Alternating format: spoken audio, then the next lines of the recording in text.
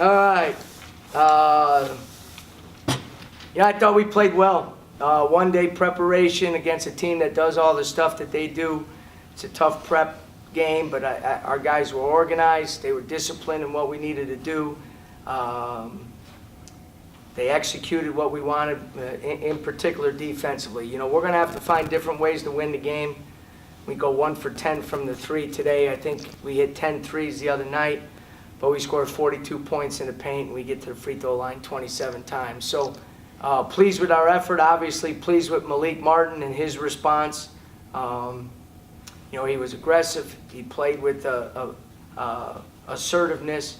And I always say, I look at one stat in terms of if you're playing hard, and that's offensive rebounds. If you're supposed to go and you're really playing hard, you're going to get some, or I'm at least going to recognize that you're keeping some stuff alive. And, you know, Justin Brown didn't play a lot, but he gets 2 because he always plays hard, always. And then Malik gets 4 because he was so active and was playing hard. You know, so I think that's something that, you know, sitting out a year, he's got to knock off a little rust, but I think today was a great step forward for him. Coach, I know you guys had a big size advantage, but Arkansas State throws a lot of different looks with their zones, and you still dominated the points in the paint. You have to be pleased with that effort. Yeah, you know, and there was times where, you know, we got to let our guys know we can't settle for some of those jump shots, that we have an advantage inside, either on drives, which we did, and around the basket. And it's amazing, you know, there was a couple flashes by Malik, a couple duck-ins by Tulio, Nick around the basket, you know. It'll be interesting to kind of look at, you know, what we shot jump shot-wise, you know, because we were 1 of 10 from the three, so that's not a good start, as opposed to when we got the ball and shot it in the paint or got the ball in the paint first.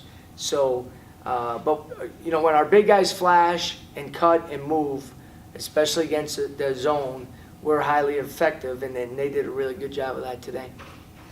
Defensively, you used a lot of zone this game, and even through some pressure, full court pressure defense. What did you see in the scouting report?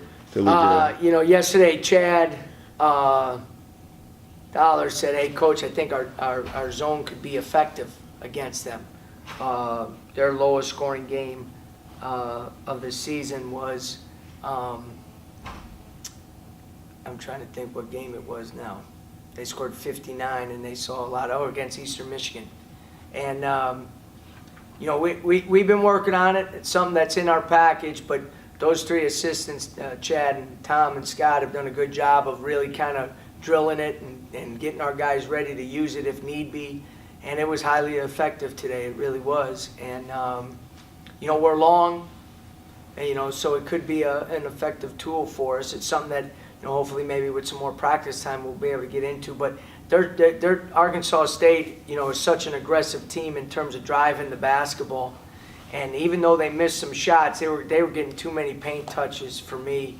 They were going downhill, and now we're swarming, and they're kicking out, and the ball's moving around and look like a pinball out there, and we're trying to recover.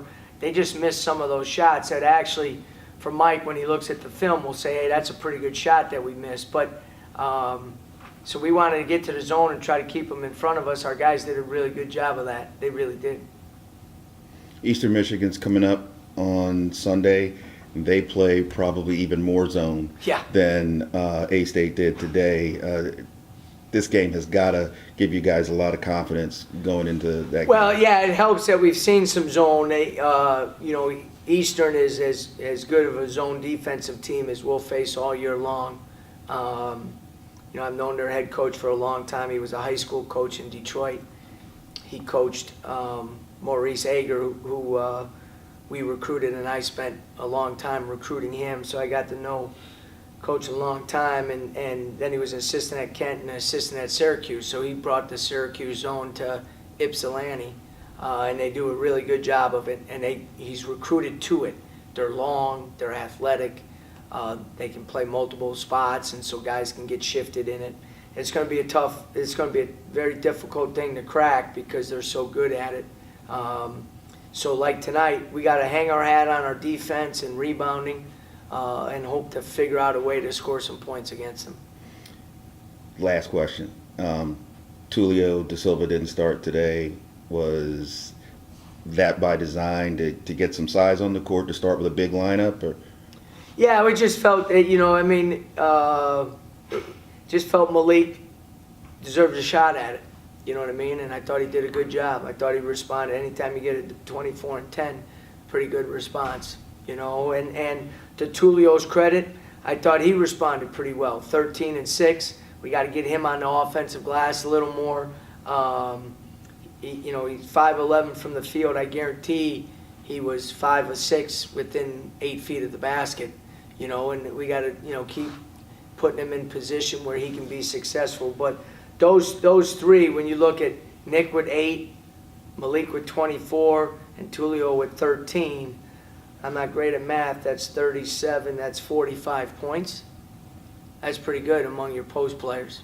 I'm not sure anybody said, okay, the South Florida Bulls in the game are going to get 43 from the 3 post players that are eligible to play right now. Those guys responded extremely well tonight. All right, let's go football. Thank you, Coach. Yep.